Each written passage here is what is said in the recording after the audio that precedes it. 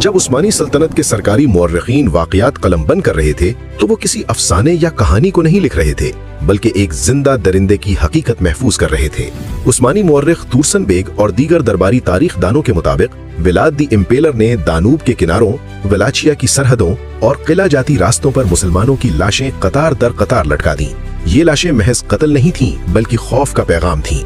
قیدی سپاہیوں کو زندہ بھالوں پر چڑھایا گیا، تاجروں کو عبرت کے لیے مارا گیا اور عام مسلمانوں کو صرف ان کی شناخت کی بنیاد پر ختم کر دیا گیا۔ عثمانی ریکارڈز میں بار بار یہ بات دہرائی گئی کہ یہ خوف تلوار سے زیادہ مؤثر تھا۔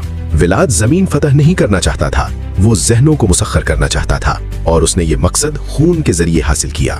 یہ درندگی یورپ سے چھپی ہوئی نہیں تھی۔ ہنگری، ٹرانسلوینیا اور کلیسائی سیاسی حلقے سب جانتے تھے کہ ولاد کیا کر رہا ہے، مگر اسے روکا نہیں گیا۔ وجہ واضح تھی، وہ عثمانی مسلمانوں کے خلاف ایک خونی دیوار تھا۔ جب تک ظلم کا رخ اسلام کی طرف تھا اسے نظر انداز کیا جاتا رہا، مگر وقت کے ساتھ یہ سفاقیت یورپی ضمیر کے لیے ناقابل دفاع بنتی گئی تو تاریخ کا رخ بدل دیا گیا۔ انسان کو قاتل ماننے کے بجائے اسے ایک مخلوق بنا دیا گیا۔ صدیوں بعد ناولوں اور فلموں نے اس عمل کو مکمل کر دیا۔ اب سوال یہ نہیں رہا کہ قتل کیوں ہوئے، بلکہ یہ بن گیا کہ وہ اندھیرے میں کیوں نکلتا ہے۔ یوں حقیقت تفریح میں بدل گئی اور مسلمانوں کا خون فلمی کہانیوں کے سائے میں دفن کر دیا گیا۔ اسلام اس پردہ پوشی کو قبول نہیں کرتا۔ اسلام واضح کرتا ہے کہ شیطان وہ نہیں جو کہانی میں مانسٹر بنا دیا جائے، بلکہ وہ ہے جو حقیقت میں ظلم کرے اور بے گناہوں کا خون بہائے۔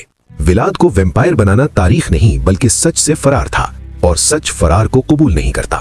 اگر آپ وہ تاریخ جاننا چاہتے ہیں جو فلمیں چھپا دیتی ہیں، اگر آپ جھوٹے ہیروز کے پیچھے چھپی حقیقت دیکھنا چاہتے ہیں تو اس چینل کو سبسکرائب کریں، کیونکہ حق کی آواز ابھی ختم نہیں ہوئی۔